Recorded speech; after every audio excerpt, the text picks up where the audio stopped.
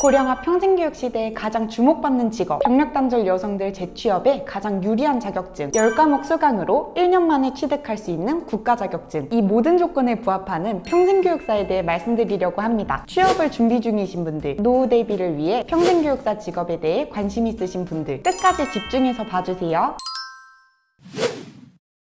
먼저 평생교육사가 직업사전에는 평생교육 프로그램을 기획, 개발, 운영하고 분석부터 평가까지 수행한다고 기재되어 있습니다. 굉장히 모호하죠? 잘 안 와닿으실 것 같아요. 쉽게 설명드리자면 이렇습니다. 주민센터나 대형마트 문화센터에서 프로그램을 홍보하는 팜플렛 보신 적 있으신가요? 저는 얼마 전에 집 근처 대형마트에서 아이들을 대상으로 크리스마스 쿠키 만드는 강좌가 열린다는 안내문을 봤어요. 여러분도 대형마트나 주민센터에서 한 번쯤은 요리, 천연화장품, 꽃꽂이 등 강좌 수강생 모집한다는 안내문을 접해보셨을 거예요. 바로 이런 프로그램을 계획하고 운영하는 게 평생교육사의 업무입니다. 어떤 프로그램을 만들어야 사람들에게 도움이 될까? 요즘 사람들이 가장 관심 있는 분야가 무엇인지를 고민해서 주제를 정한 뒤 장소, 강사 섭외까지 직접 수행합니다. 전반적인 수업의 로드맵을 담당한다고 보시면 돼요. 프로그램이 끝난 뒤에는 앞으로 더 좋은 프로그램을 만들기 위해 수강생들의 피드백은 물론 수요가 얼마나 됐는지 분석하는 것도 업무 중 하나입니다. 또 학습자들에게 평생교육의 필요성, 배움의 동기를 부여하는 상담자의 역할도 수행하고 있습니다. 평생교육사의 역량에 따라 학습자의 자기개발 및 자아실현에 큰 영향을 줄 수 있어요. 그렇다 보니 근무 지역에 대한 이해도 필요하고 지역사회 주민들에 대해 관심도 있어야 하고 프로그램 기획력과 분석력도 필요한 직업이라고 볼 수 있죠. 취업만 있는 건 아닙니다. 평생교육사 자격증을 지닌 사람은 평생교육원을 직접 운영할 수도 있습니다. 10년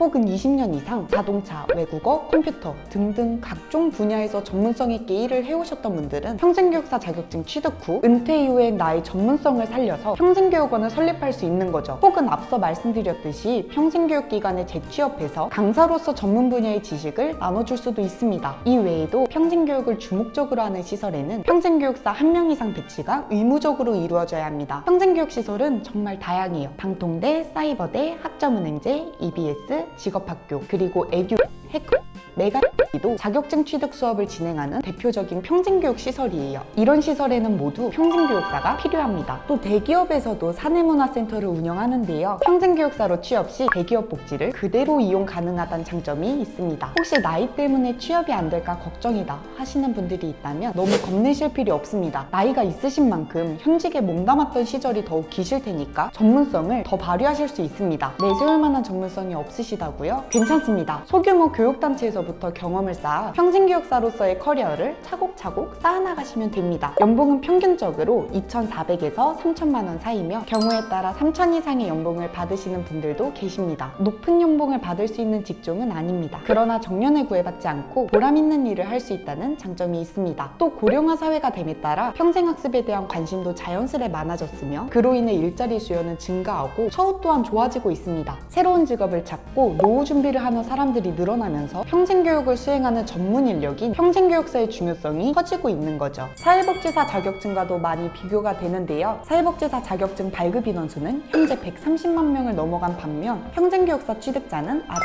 14만 명 정도에 불과합니다. 아직 블루오션이라는 거죠. 또한 평생교육사를 사회복지 공무원처럼 공무원으로 직렬화 한다는 추진위원회까지 생기면서 보다 안정적인 직업으로 자리 잡고 있습니다. 단언컨대 평생교육사를 취득한다면 가장 많은 메리트를 가져가실 수 있는 시점은 바로 지금입니다. 자, 그렇다면 평생교육사 자격증은 어떻게 취득하면 될까요? 지금부터 말씀드리겠습니다. 집중해주세요. 평생교육사는 1급, 2급, 3급으로 나뉘어져 있습니다. 대부분 2급을 취득하시는데요. 평생교육사 2급을 먼저 취득한 뒤 5년의 경력을 쌓으면 평생교육사 1급으로 승급이 가능합니다. 그럼 2급 취득 조건에 대해 알아볼게요. 먼저 평생교육사 2급 자격 요건은 전문대 졸업 이상 학력 소지자입니다. 그럼 고졸학력이신 분들은 평생교육사를 취득할 수 없는 걸까요? 아닙니다.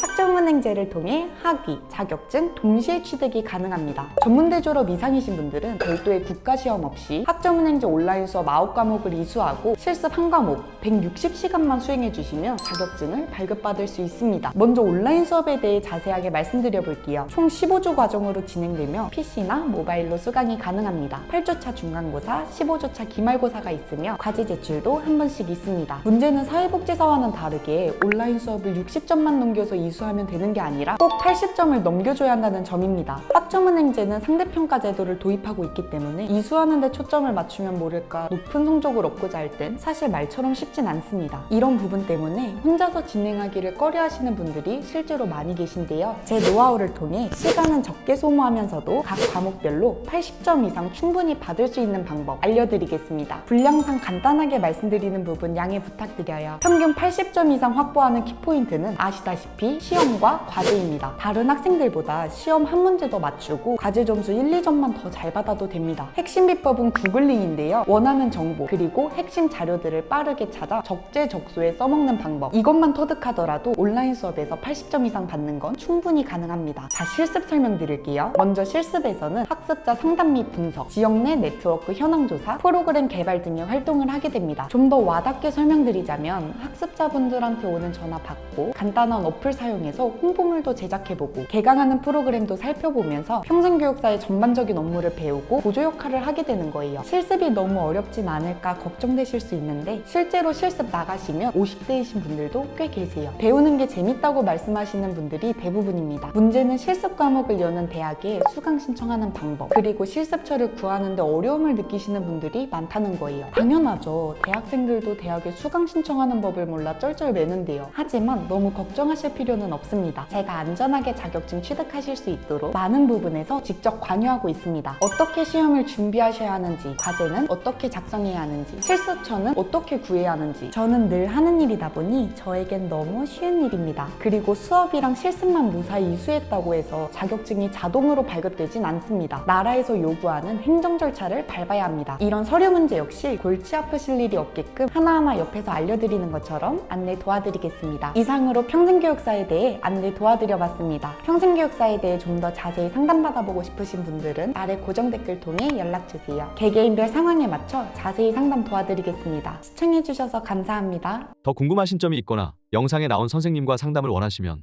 PC는 제목 아래에 있는 더보기란을 클릭, 상단에 있는 상담 링크를 클릭하셔서 문의를 남겨주시면 됩니다. 모바일은 화면 아래에 있는 더보기란을 터치, 상담 링크를 확인해보세요. 카카오톡 상담은 댓글에 있는 링크를 클릭하셔서 궁금하신 내용 남겨주시면 빠르게 답변 도와드리겠습니다.